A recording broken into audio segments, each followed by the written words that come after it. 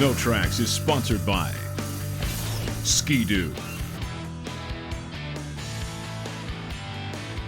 Polaris, Terrain Domination, and by FXR Racing, Full Throttle Addiction. On the surface, snowmobile gear seems like a pretty simple product. Jacket and pants, boots and gloves. As long as it's warm and it looks nice, it's good enough, right? And for some, this is the case. But for Milt Reimer, owner of FXR, this wasn't good enough. He saw an opportunity to take the second most important purchase a snowmobiler will make, their gear, to a whole nother level, both in terms of form and function. And for nearly 20 years, Milt and his team at FXR have been innovating and designing the best quality, most functional, and most stylish riding gear and accessories in the world. So we thought it would be more interesting to hear from Milt himself why he started FXR many years ago and what he thought he could bring to the industry that no one else could. What motivated me to create the FXR line of clothing is actually a loaded question. As I started my own dealership in 1990, I kept wondering, where is the cool apparel going to come from? You know, the existing brands that were out there, they were doing good trail wear, but where was this race gear or that really race-inspired pieces that were like moto? And then I started racing snowmobiles in 1992 and realized racing cross-country was incredibly demanding, and you'd lose 8, 9, 10 pounds in a race just from sweat and dehydration. And so I started dressing differently and taking pieces from moto and from ski and different areas, just trying to find out what's the right balance of product. And ultimately found a company, Modern Headwear, right here in Winnipeg, that did hats, but also a lot of really custom snowboard apparel. We'd sew prototypes, I would go out and race with them, test with them, and really would start to find that meaningful edge and the durability too, that everything, the function, the venting, the ability to control your body temperature. I think it would be safe to say Milt has been, and still is, an icon in the snowmobile clothing industry. In the beginning, he focused only on trail riders, but more recently has expanded his product line to include mountain riders as well. The challenges we faced building FXR into a legitimate brand far exceeded anything that I ever would have dreamt. Just designing product and actually making prototypes, testing those prototypes, and then preparing everything for production, developing the fit, the function, the style that goes with it. Something that a customer, you know, at first glance, you've got that first impression and you want to make a good one. And then having those products produced in a factory at a quality and a standard, and then delivering them on time, and building a dealer network and a loyal base of customers and business partners to work with right around the globe. We produce products in, I think it's upwards of 10, 12 countries. We've shipped probably 400 or 500 containers around the globe. And so it's the logistics of everything. Pulling it all together was a challenge that I never anticipated would be as big as it is.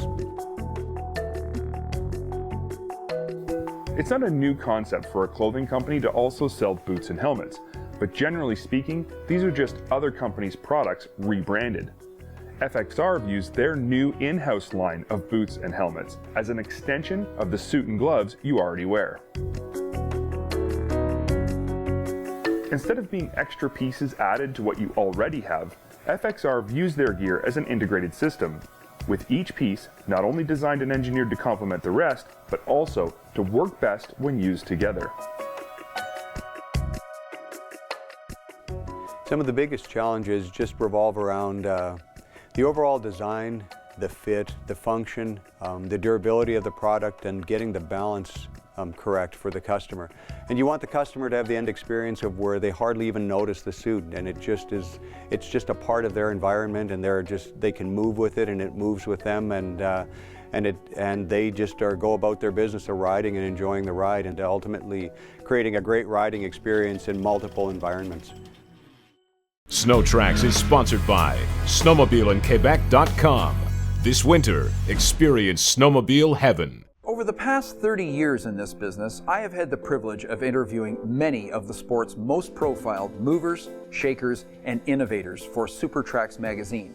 However, what you're about to witness on this episode of SnowTrax Television is the most compelling, most revealing interview we have ever recorded. Roger Skime's career, formerly the Vice President of Engineering at Arctic Cat Inc., has spanned virtually the entire history of the modern snowmobile. In a sense, he's the auto industry equivalent of Henry Ford, except Roger is still very much alive and with us.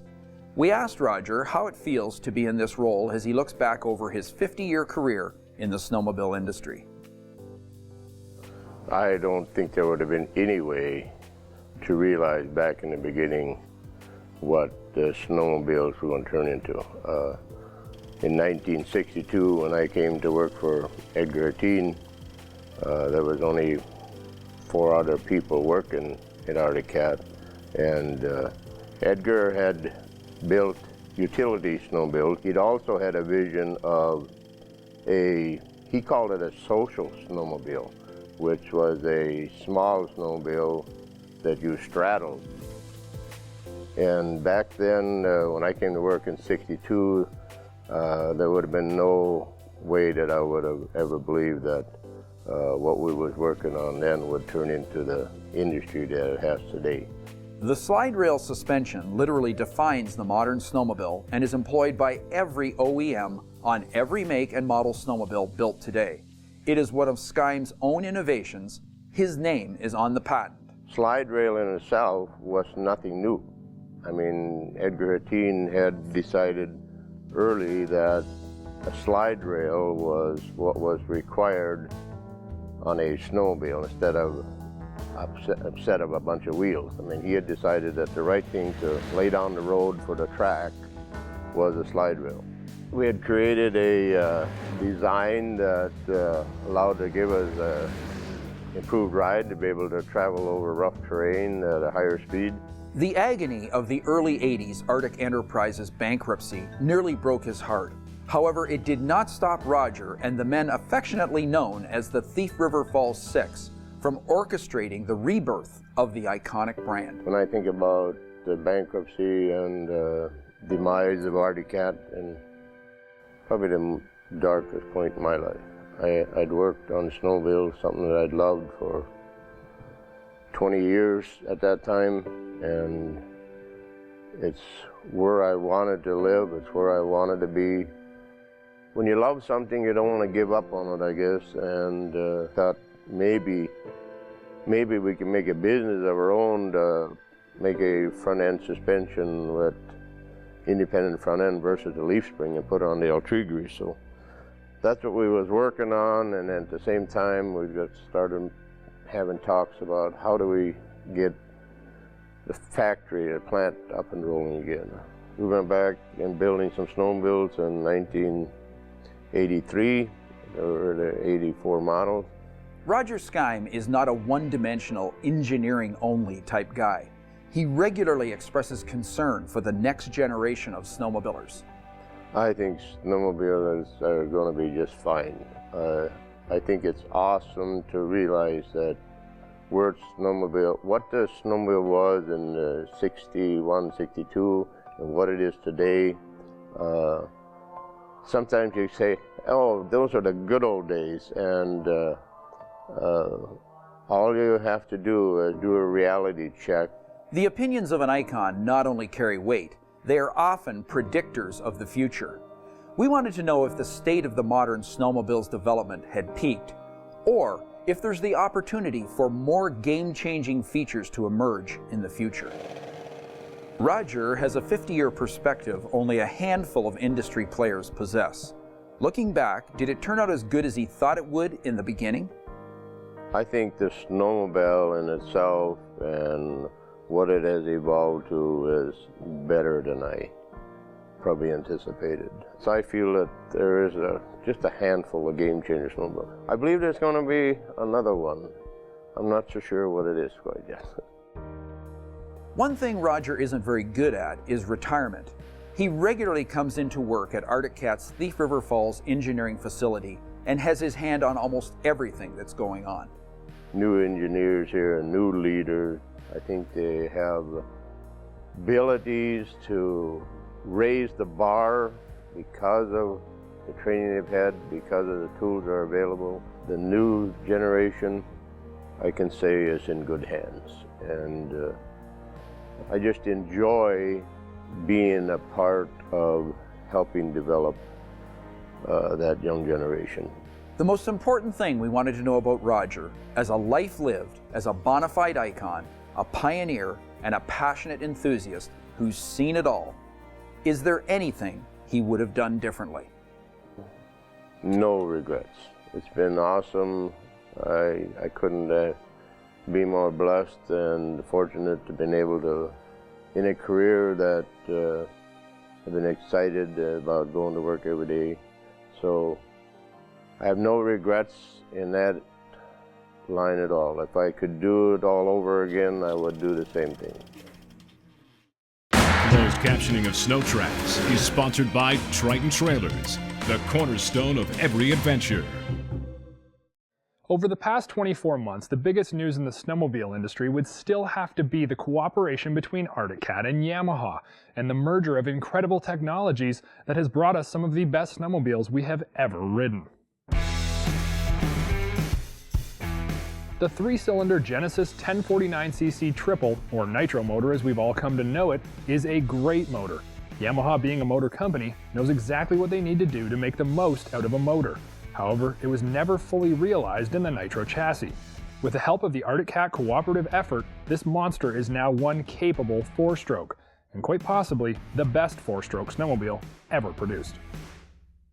With that being said, there is still the king of the castle, the Arctic Cat 9000, which features the 1100cc turbo, and brings with it not only huge horsepower numbers, but something that Yamaha has never been able to offer the 4-stroke market. While Yamaha isn't interested in factory turboing the 1049, they are quite happy to offer a dealer-installed kit through a cooperative effort with MPI turbos. And thanks to the extensive testing, you can hold on to your factory warranty as long as you opt for your dealer to install the kit. The real question when turboing a sled is how much horsepower am I actually going to see, at what level of reliability, and is this going to cost me an arm and a leg?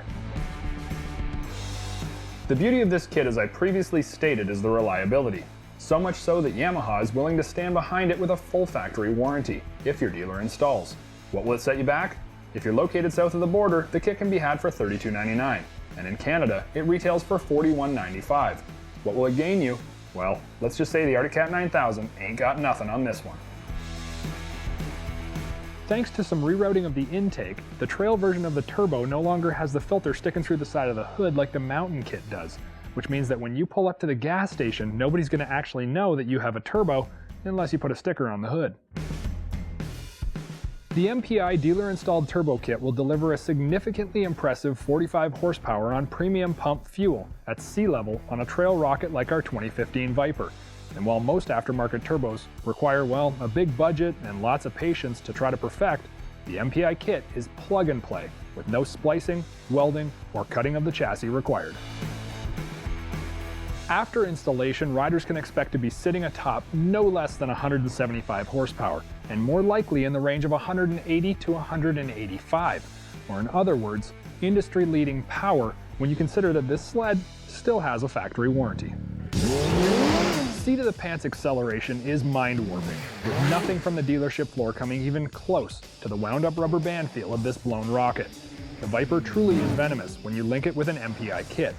Acceleration, while intense when mating the throttle with the bars, can also be quite trailable and tame under normal riding conditions, a welcome relief from the typical on or off feeling from most aftermarket turbo kits. Spooling a genuine Volvo turbo unit, this kit shows absolutely zero lag and builds power in a very linear way, which is something that aftermarket turbo kits struggle to attain. With a billet blow-off valve and piggyback fuel injection unit, this kit runs efficient and seamless. Due to the physical size of the unit and the packaging of the already tight Genesis 1049, there was no room for an underhood intercooler, which may be the reason MPI opted to place a very large performance intake filter right below the belt side body panel. While it all sounds great, is there anything that I'd change about this kit? At the end of the day, yes, there is one simple thing that I would change about the entire install of the MPI Turbo. The MPI kit doesn't come with new gears, and we all know the Viper runs out of big digits pretty quick in stock form. This means that while the skis may not touch the ground at any point to 100 miles per hour, they will abruptly at that point, as there is literally nothing more the motor can do. The mechanical gearing just plain runs out. It seems like a bit of an issue not letting a sled like this really be able to stretch its legs, but the truth is you can clear this up with some aftermarket gearing pretty easily. And who knows, if Yamaha buyers are as happy as we hear they are with the MPI Turbo Kit, maybe in the near future Yamaha will offer this direct from the factory with the proper gears already installed. But for right now, I think you're going to be pretty happy with the performance of this kit. Test Ride is sponsored by Princess Auto, the unique world of equipment, tools, and more. I've tested my fair share of GSX models over the years. From the very first 600 SDI to the latest E-Tech and 4Tech units, I can honestly say I've enjoyed them all. But there's no question, this one is my favorite.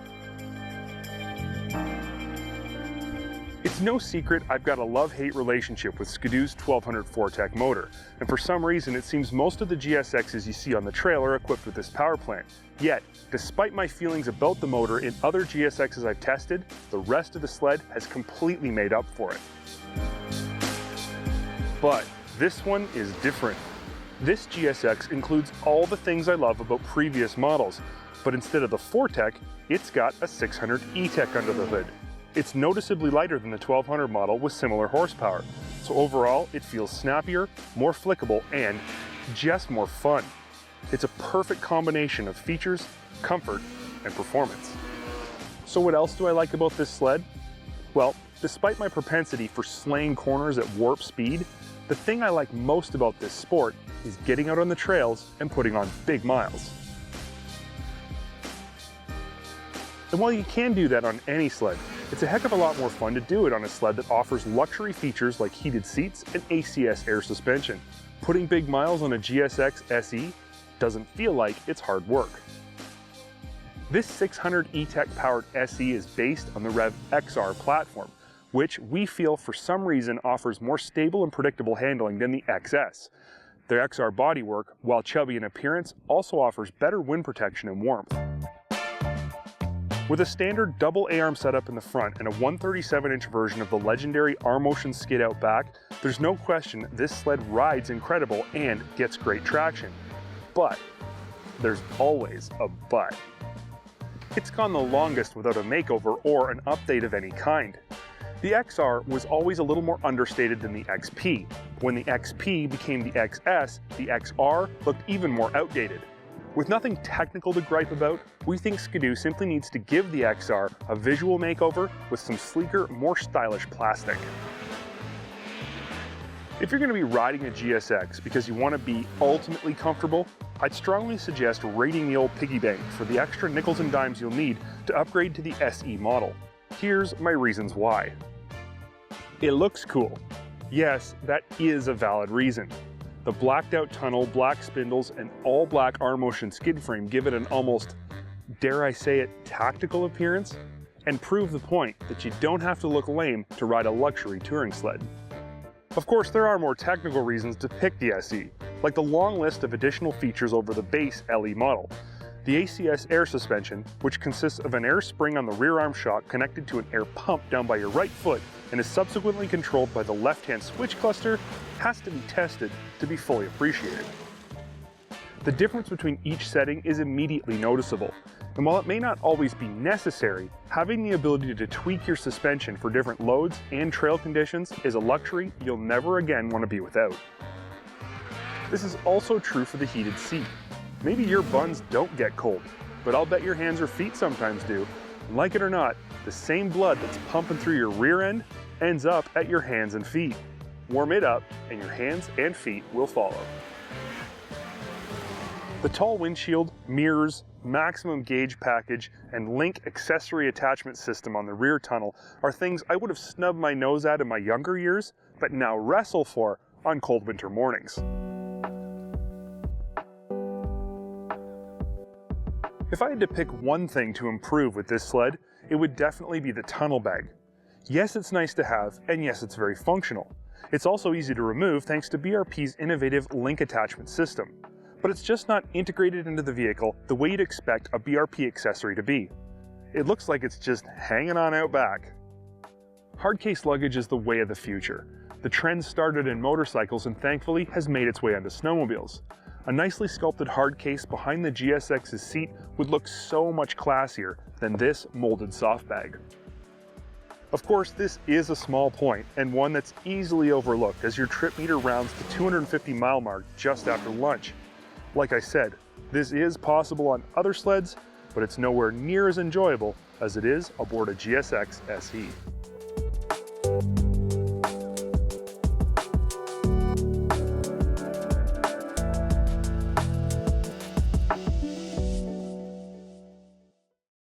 SnowTrax has been sponsored by Polaris Terrain Domination, Arctic Cat, share our passion, and by Go Ride Ontario, yours to discover.